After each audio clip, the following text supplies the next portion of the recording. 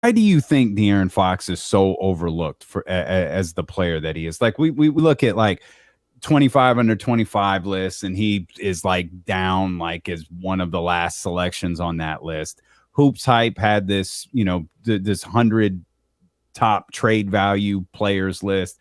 And De'Aaron was all the way down at like 78th as one of the worst values for a trade. And it's kind of like, yo, man, this is a 24-year-old who can ball, who averaged 24 and 6 last year. Is it the losing, the second? Like, why are there so few De'Aaron believers left out there?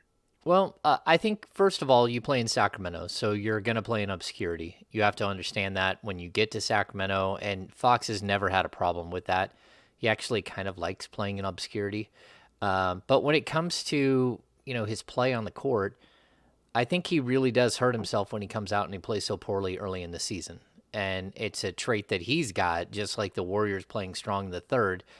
He's got to figure out how to come into camp ready and really take off from that moment, because that's how you get to the All-Star game. To Mhm. be honest, I mean, you don't have to be great the whole season. You do have to be great in the first half of the season in order to really make a bunch of noise and get to the All-Star game. And so, like, he's got to take that seriously. He's got to come in ready. I think physically and mentally, he's usually ready. I think this last season, not so much. Whatever he did last offseason, he needs to not do again. There was something that was like something just wrong. I'm not sure what it was, but we've talked about it a ton on here, whether it was like the mental aspect or physically he was heavier than he had been. I don't know if it was a good heavy or a bad heavy, but Yeah, it was bad. yeah, the pound shed off of him so quickly.